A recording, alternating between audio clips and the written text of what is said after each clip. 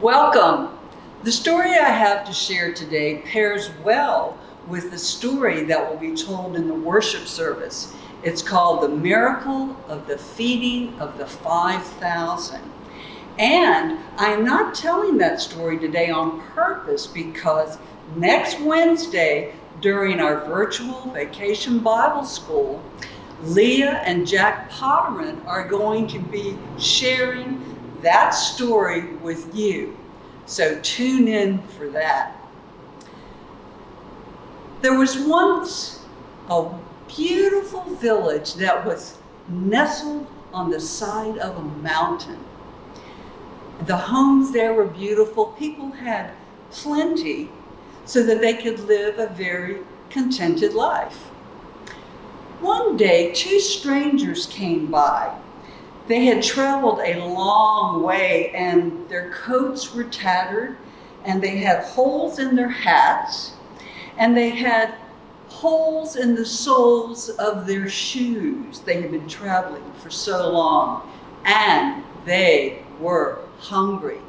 And they thought, by the looks of the village, surely somebody would have some food that they could spare. And so they went up to the first door and they knocked. And a woman opened it. She had a very stern face and she says, "What do you want?" And they said, "Well, we are very hungry. Would you be willing to share some food with us?" And she said, "No." And she slammed the door in their face. So they went to the next house and they knocked on the door. And this time a little boy answered. And he said, "Good day. What do you want?" And they said, "We are so hungry. Do you care? Would you share? Do you have some food?"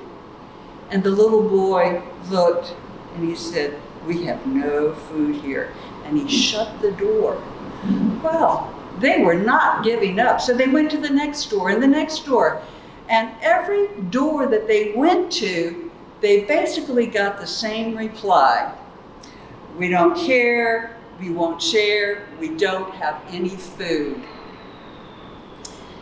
And so tired and hungry, they went to the well in the center of the village and they sat down on the edge for a while. One of the men said, "You know, if there is truly no food in this village, well, they are worse off than we are. We should possibly make our special magical soup."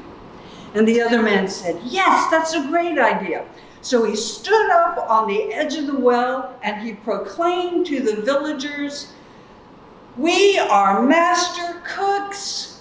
Help us make our magic soup. Does anyone have a pot that we could use?"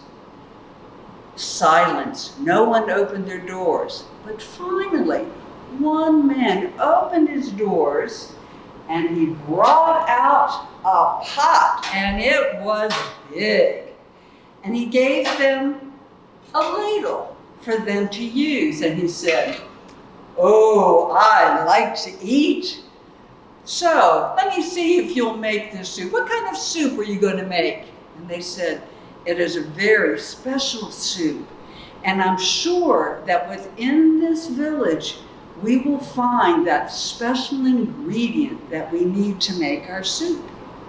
And so they filled their pot with water, they built a fire, and they began to boil the water. And steam was coming off. And people were curious as to what was going on in their village. So they began to come out. And they said, "What are you doing?" And they said, "We are making our magical soup.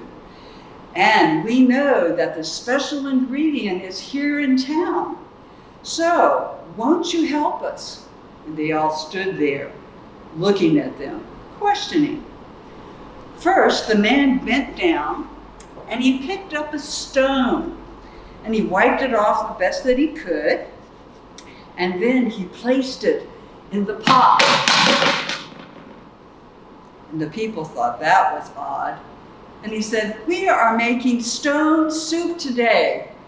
But it would really taste better if we had a carrot. Does anybody here in town have a carrot? Nobody said anything. And they said, well, I guess it may be true that you have no food here in town, because when we went to ask for help, you said you didn't care, and you wouldn't share, and that you had no food. Perhaps this is futile. And so, before they turned to leave, a little girl said, I have a small carrot. And they said, a small carrot, that's perfect. Please, bring what you've got and put it in the pot. And so the little girl went over and placed it in the pot of water. Another woman thought, I have an onion. And the man went, that's wonderful. Get what you've got and throw it in the pot. An onion will make it taste so much better. Well, the other people were watching what was happening, and they decided they weren't going to be outdone. And so somebody came and said, I have 2 potatoes. And they said, bring what you've got and put it in the pot. And so she did. And then another said, I have a red pepper. Bring what you've got, put it in the pot. And another woman said, well, maybe I have a kernel of corn. Bring what you've got, put it in the pot. We're making stone soup. And there was asparagus and zucchinis and broccoli and eggplant and even some garlic. And they threw in some salt and pepper. They made a wonderful stone soup. After a while, the soup was ready, and everyone gathered around. It smelled so good.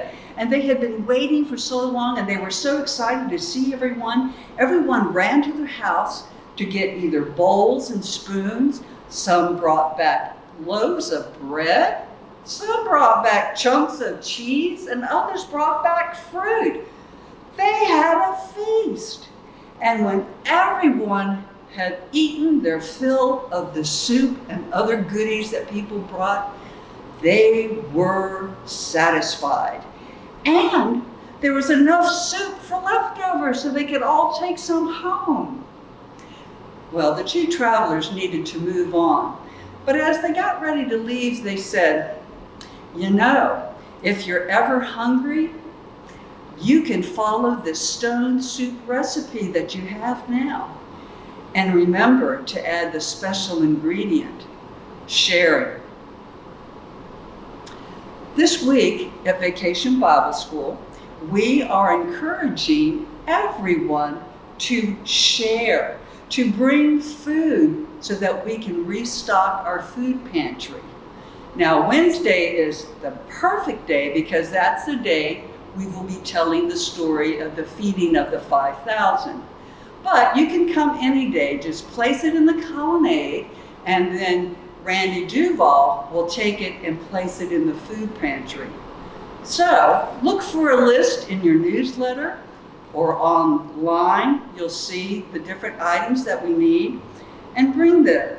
Share what you've got and help us restock our pantry so that we can ensure that no one in our community goes hungry.